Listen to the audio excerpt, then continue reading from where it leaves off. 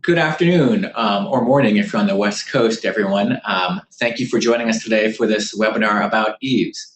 My name is Sean Green, and I'm a Program Management Specialist with the Election Assistance Commission, and I manage the Election Administration and Voting Survey, or Eaves as we all call it and know it. Today, I'm with Thad Hall of the Forres Marsh Group, the organization that is administering the survey, to walk through the Eaves process. I think many of you have joined on the first webinar that Forres Marsh hosted, just giving an overview of the process. We're going to get into some more details this afternoon. So with the election mostly over, we're looking forward to starting to receive data from you all. I wanted to take this opportunity to provide some helpful information and answer some of your questions. As part of today's webinar, you're going to see how we're trying to make responding to the Eaves easier, as well as we're going to show you all the support you're going to have along the way when you're completing the survey. If you have questions during the webinar, please use the Q&A tab at the bottom of the Zoom screen to send to us. We will answer your questions toward the end of today's webinar. Again, we really appreciate you taking your time out of busy schedules to be on this webinar. And right now I'm going to pass it over to Thad, who's going to run through a number of the details about the Eaves process. Thanks, Sean. Let me give you a brief overview of the webinar. First, we'll be reviewing the upcoming steps for the Eaves. Second, we'll go over the Eaves timeline. Third, we will discuss the new resources that are available to help you complete the Eaves. And finally, we will be reviewing the reporting that the EAC will be doing with the 2016 Eaves data. So there are 5 steps for completing the Eaves.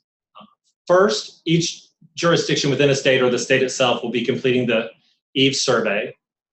Second, each state will conduct a review of the data for completeness and accuracy. Third, you'll be sending the data to the EAC, and the EAC will be reviewing each state's data and conducting additional validations to ensure that the data are accurate. Fourth, the EAC will work with each state to address any issues that are identified with the data. And then finally, states will certify their data.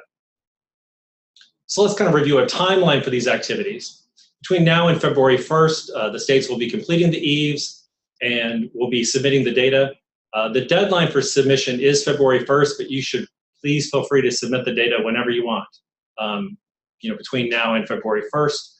And once you submit the data, within 2 weeks of submission, we'll be reviewing the data and checking it for accuracy and doing the validations.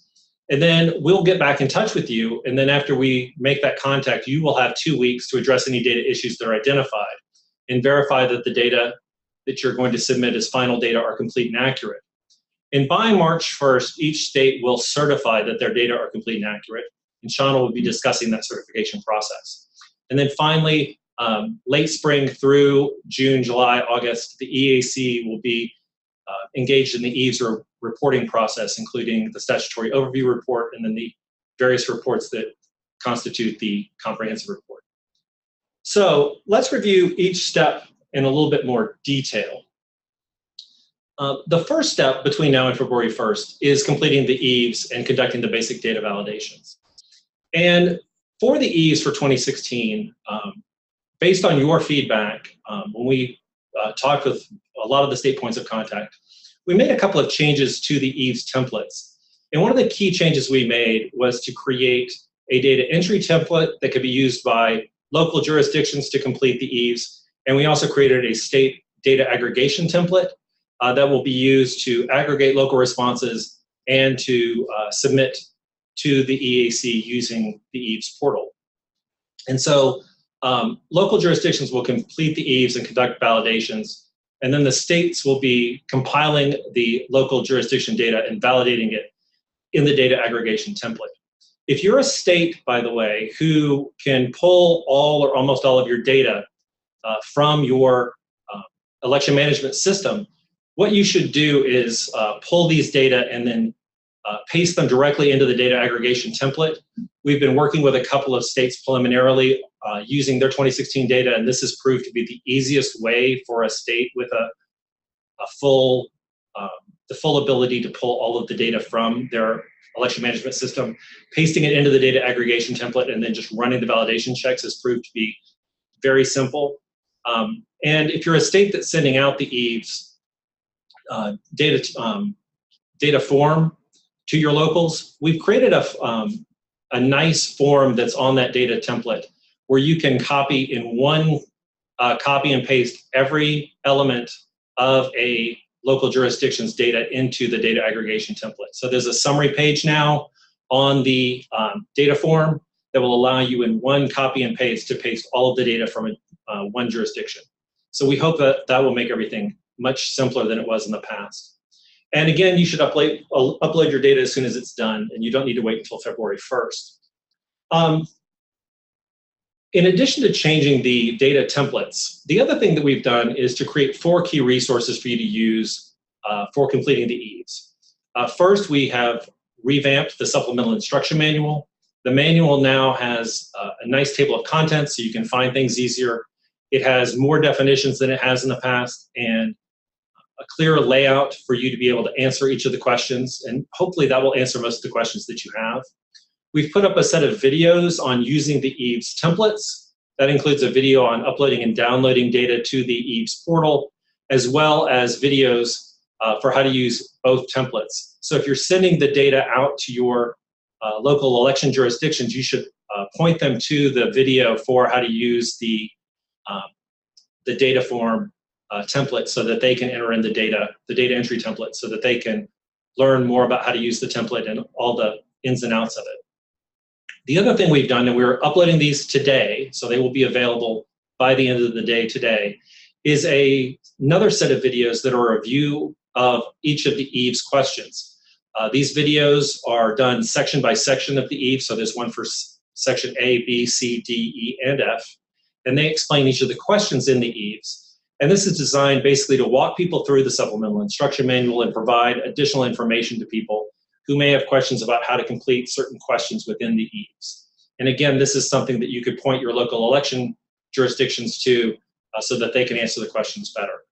And then finally, there was the first webinar we did at the end of August. I know many of you were in the middle of preparing for the general election back then or completing your primaries and weren't able to watch the webinar, but it does provide a nice overview of the EAVS.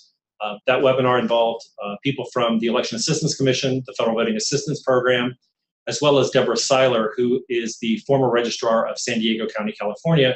And she did a great job of explaining some tricks to collecting and answering the EAVS questions. And I think that that may be helpful for some of you as well. The second step of the process is going to be the data review by the EAC. And this data review will have 2 components to it. And the first component is just doing a jurisdiction data validation. And what the EAC will be doing is to review the data to ensure that the data are complete. So we'll be looking to see if each jurisdiction answered the questions that are relevant to them and that the validations for those questions are clean and problem-free. The second thing we'll be doing are a set of comparisons, comparing your jurisdiction to what we would expect their data to be, and looking to see if these differences can be explained easily. A good example of this is Utah, where I used to live. In the 2016 election, many of their counties moved to doing the election all vote by mail. So we would expect there to be large changes in their data for Section C related to domestic absentee voting.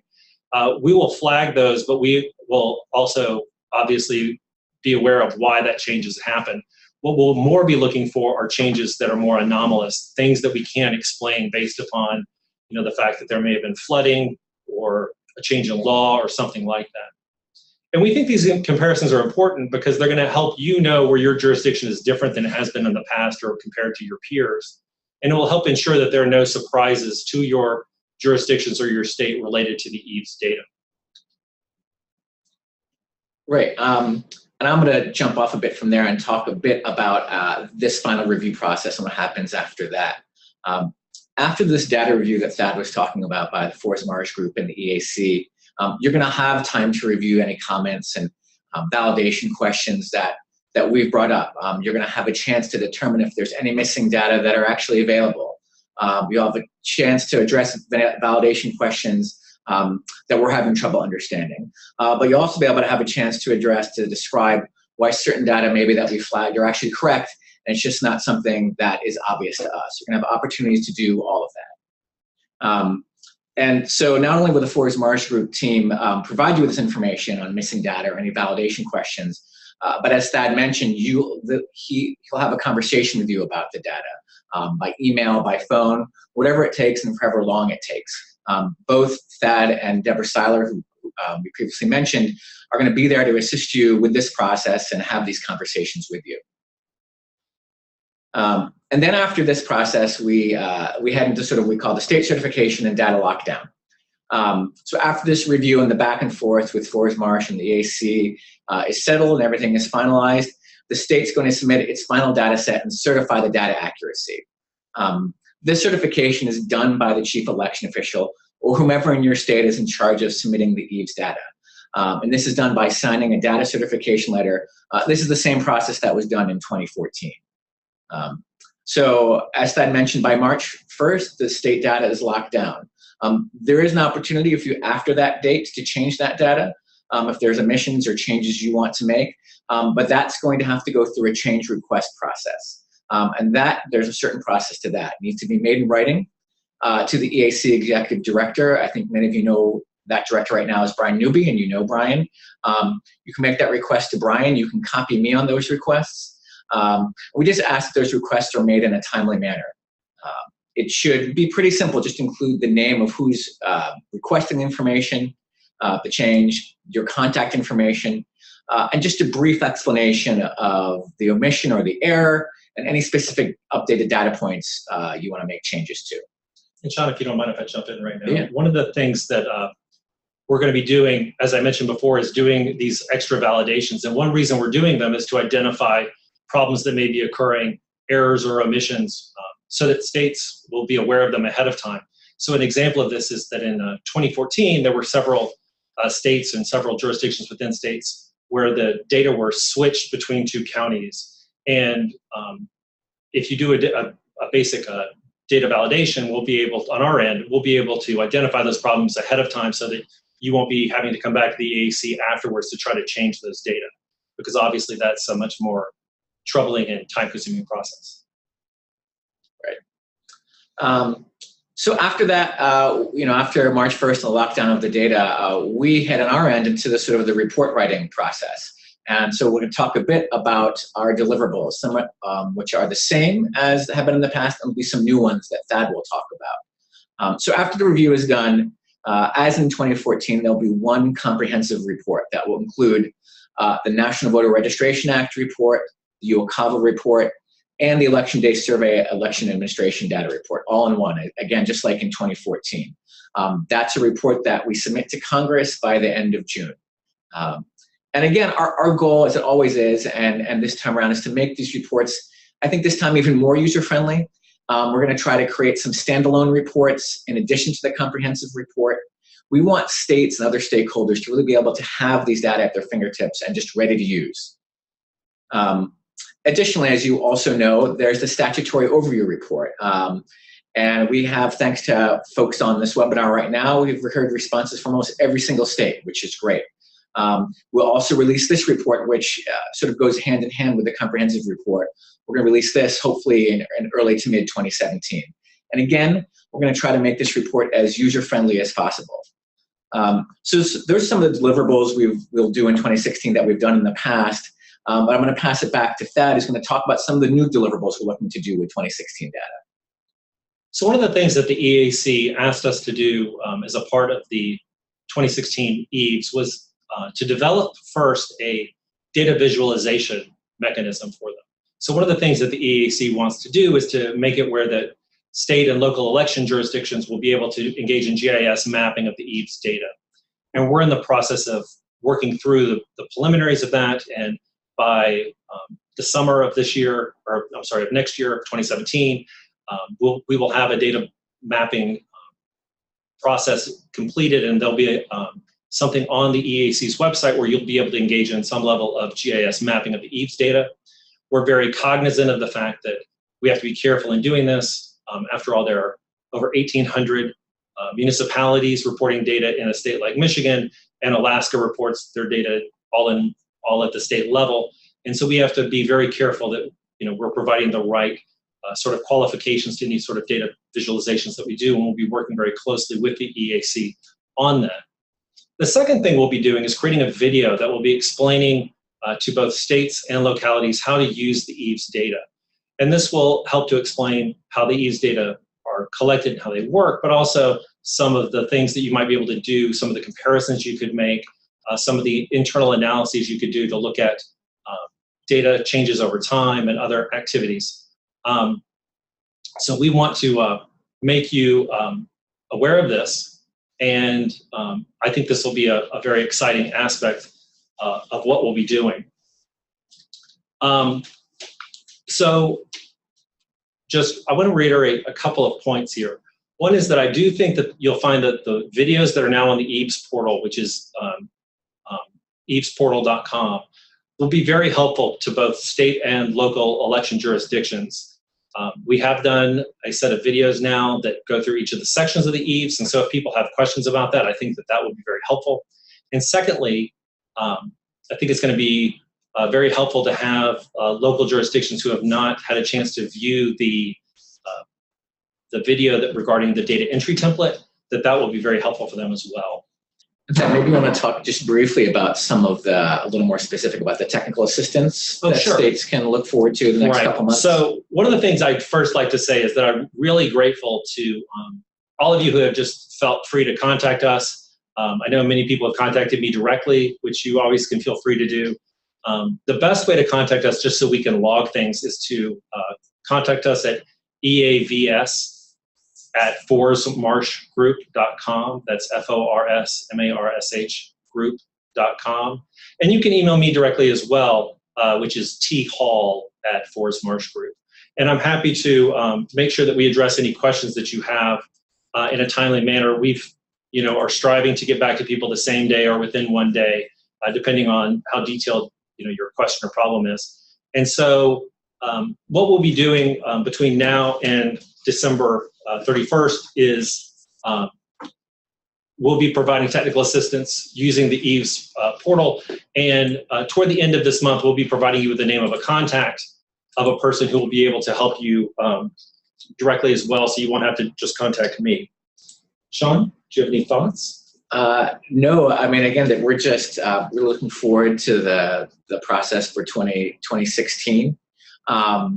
Just so people know, we're already thinking about 2018 and 2020, and the new year we'll hopefully have some updates on what we're thinking about with those surveys.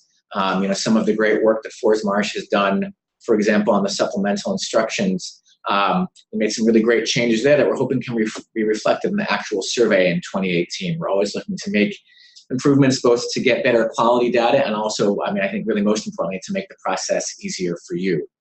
All right, so the question was related to the supplemental instructions. On page 10, being told not to answer questions 3A, 4A, etc. So, and then asking how that will affect question F1C.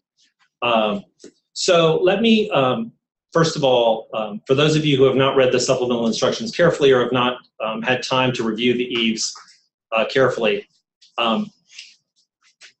one of the things that occurred in 2014 was that the Federal Voting Assistance Program did away with their own survey of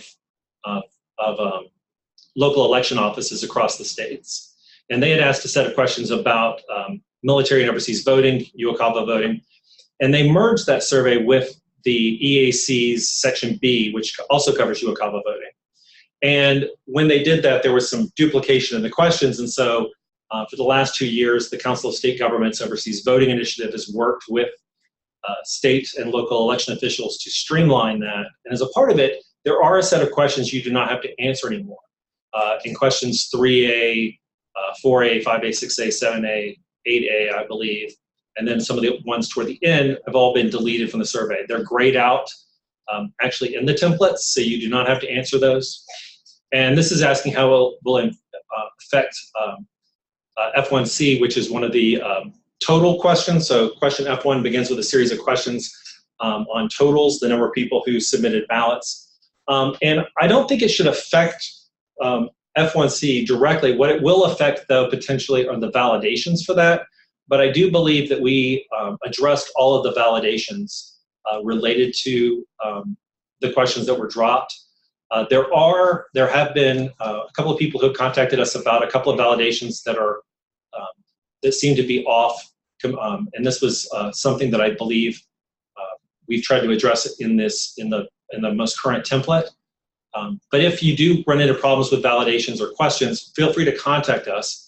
And also remember that when the validations come up and tell you that something is incorrect, you are in a position to be able to click the box and make it where that validation will not come up again in the future. So let me see if there are any other questions.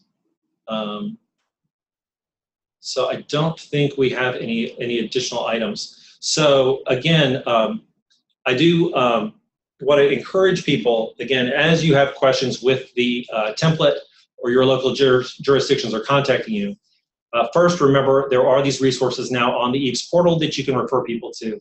But you should always feel free to contact the FMG team at EAVS@forestmarshgroup.com, and we will get back to you as soon as possible. I'm happy to do whatever I can, and our team will do whatever it can to make sure that things work well. And obviously, you should always feel free to contact Sean as well. I know Sean gets contacted quite a bit by everybody, and so I do. And yes, you have people. My email is sgreen, SGREENE @eac.gov. Reach out to me anytime with any questions. Again, honestly, if they're technical questions, Forest Marsh is going to be great answering those. But you can copy me on any of those. You can email me and copy them.